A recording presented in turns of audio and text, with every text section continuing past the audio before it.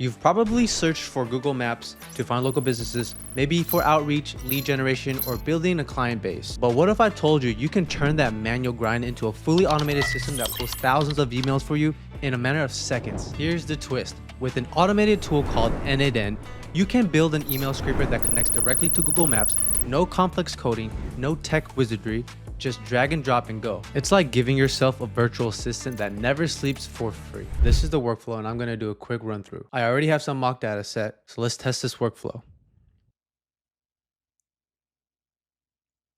This part takes the most amount of time because it has to run through a lot of items. So 34 items, I'm gonna be requesting the URL from each link that we have scraped. Now that the 34 items are done, we're gonna pass it over here one by one, where this node will scrape the emails from each of those pages. Then we're gonna have to aggregate all that data so we can split it out again. We're gonna remove any duplicate emails. We're gonna remove any emails that we don't want.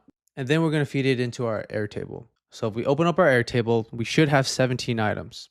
So if you look here in my email section, we have all the emails, all your potential leads. In this video, I'm gonna be showing you how to set up the second half of this workflow, because if you haven't already seen, I already made a video before on how to build the first half. It looks a little different. I'm just gonna move this over to the right side so I can show you. So this is the first half that I showed in the previous video. So this is what it looked like. So the only thing we're changing now starts from here, this Airtable node. We're gonna go ahead and delete this link. And this one as well. This is where we're gonna add our HTTP request, which is this node here. Then we're gonna loop it back. So if we scroll over, now I can show you how to build the second half of this. I'm gonna leave a link in the description to that video so you can watch that one first to build the first half of this workflow. So what I did for the first half, I went ahead and executed the workflow and pinned the data so we don't have to continue to fetch it every time for testing purposes. Then I connected the branch between our loop and our HTTP request, and I renamed it to request web page for URL, just so I know. If we were to set this node up from scratch, the method that you're gonna use is a get method. And then for our URL, make sure you hit expression and then drag over your URL. And the result is this website right here. So you can see that we do have a website. Everything else is pretty much left alone, except for when you go to settings, you want to make sure that whenever there's an error, the workflow continues. We want to do that because if there is an error, we don't want the whole workflow to stop, especially if you're running multiple websites through this workflow. Once you test step, you should see a bunch of data on the right side. Once you click out, you will see that we have one item fed back to our loop node. So we'll go ahead and wait for that. Before it's fed into our loop branch here, you're gonna have to execute the whole workflow. And that's why I pin all this data so it's a little bit faster, because this node takes the longest time. Once it's done, you'll see all 34 items being fed into this loop branch. Then we can input our next node. So we'll go ahead and just wait for that. Now that it's done, you can see 31 items here. We're gonna add another loop node. So go ahead and delete this, delete that.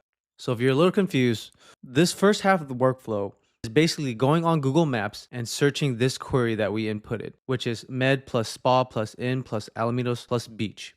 And what we get back is a bunch of data. Then we use this node to get back only URLs. And we got 284 URLs from that search query. Then we're filtering out all the URLs that we don't want, which will have keywords like Google, gstatic, ggpht, schema. And now we're left with 60 items that we hope to be only businesses. And what you'll notice is some of them are duplicates. So what we did was remove the duplicates. And now we're left with 34 items. Then fed that into our request web page URL. So basically, this node will be opening up every URL and fetching all the data. Then we're feeding it into this loop now. That's where we are. So what we want to be able to scrape only emails from that data. So we're gonna need a code node. Type in code, select code. The mode will be run once for all items. Language is JavaScript. By default, the code will be this. Go ahead and delete that. I'm gonna go ahead and paste the code. You can go ahead and copy this. I will also link it down below. Let's see where we're at. Let's go ahead and execute this. We're gonna loop this back here. Did not want that to happen, but we'll have to wait for it again.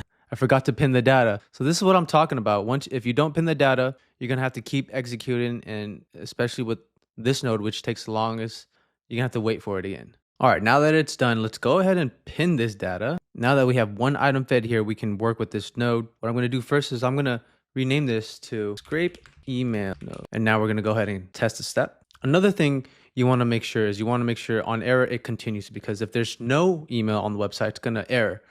And not all websites will have an email. You want the workflow to continue if that happens.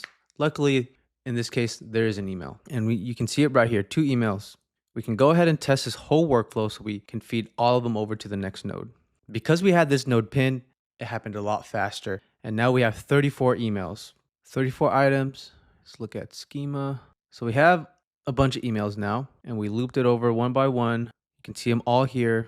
But as you sift through it, a lot of these emails aren't what you want. Like example at your domain, a lot of duplicates. We want to filter this out. So the next thing we're going to do is we're going to have to aggregate all this data so we can separate it again. And right here. And we're doing this so we can filter our emails and remove any of the duplicates. So we're going to be aggregating individual fields. And the name of these fields, we're going to name it emails.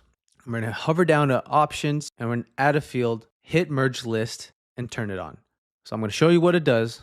We're going to hit test step. One thing I do want to mention is you want to make sure all your nodes continue on error. So the way you do that is you go over to settings, on error, make sure you hit continue here. That's going to help you out a lot. Now that it's done, let's go ahead and take a look. Now we have all our emails all in one item, 121 emails. Them into individual items so we can filter them out. Hit the plus sign and then we're going to hit the split out node here. Go ahead and drag emails. Okay, now we have 122 items split up. This is what it looks like. Now let's remove the duplicates. We're going to hit this plus sign, type in remove duplicates. Then you're going to hit remove items repeated within the current input. Then you're going to select selected fields, and then you're going to drag in your emails. I already did that. So if you open this up, what I did was I just dragged this emails variable into this field here. Then when you executed it, we went from 302 items to now 21 items. And now if you filter through, you'll see wixpress, we don't want sentry. So we're going to get rid of that. We're going to need a filter node. That's this guy here. Select that. And for value, you're going to drag over their emails. And then we're going to choose does not match regular expression. You can go ahead and paste this here. And if you look at that, it's just everything's separated by this vertical line. And every time you put a link or like a .com or .org, you have to do this backward slash. And these are basically keywords that we have found in the emails that we don't want. Like that example I showed earlier with the wixpress.com. We didn't want that the sentry. It was a bunch of gibberish. You can go ahead and copy this. I'll also link it down below. I'm also going to rename this node to email filter. Then we're going to add our Airtable node. Go ahead and hit create a record. Connect your account if you're already linked up. Otherwise, go ahead and authorize your account. You can even follow the documentation by hitting open documents and then just follow the steps here on how to do that. I already have my credentials connected, so I'll go ahead and select the one I want. Resource will be record. Operation will be create from list. We're going to choose the base. This is my base. Go ahead and hit emails. So I'm going to go ahead and go to Airtable and show you what I'm doing. So for our base, I'm choosing Google Maps Scraper Demo, which is the one I created for this demo. And I have 2 tabs. And the one I want the information to be inputted into will be the email tab. So it can populate all the information here. And to do that, all you have to do is drag in all the relevant information. Because what we want to drag over the business from our very first node, which is when executed by another workflow. Drag this over, drag over our city, drag over search query. And then for our email, we're going to go ahead and drag over our emails. And that's pretty much it. Okay, so what I'm going to do is I'm going to move everything over here so we can just see everything a little easier, explain, kind of summarize everything we did. So the previous workflow, so this is executed by my workflow that I showed in my other video that I'll go ahead and link in the description. So I'm going to save this. I'll show that to you briefly. This is the workflow that will create those queries.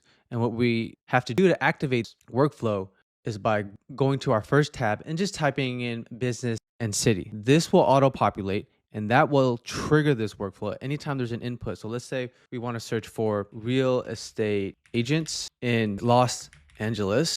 There you go. It auto-populated here. Once that happens, this will execute and then it will output our search query. And that output will look something like this, right? Then that search query will be passed into this workflow where we're getting a bunch of data from the Google Maps website, filtering out the URLs, removing all duplicates, removing all the websites that we don't want. Then we're opening those URLs, fetching the emails from those URLs, creating it all, separating it, removing the. This is the data from just one sub neighborhood in Long Beach. But you can imagine if you let this run continuously, you can get thousands of leads in a matter of minutes. This is going to save you a lot of time. You're trying to generate leads or a client base. If you're doing cold outreach, this is a very cost-effective way to do it. And if you like this video, make sure you head over to my channel and subscribe so you can get more information on how to use n8n to improve your business or your life in general.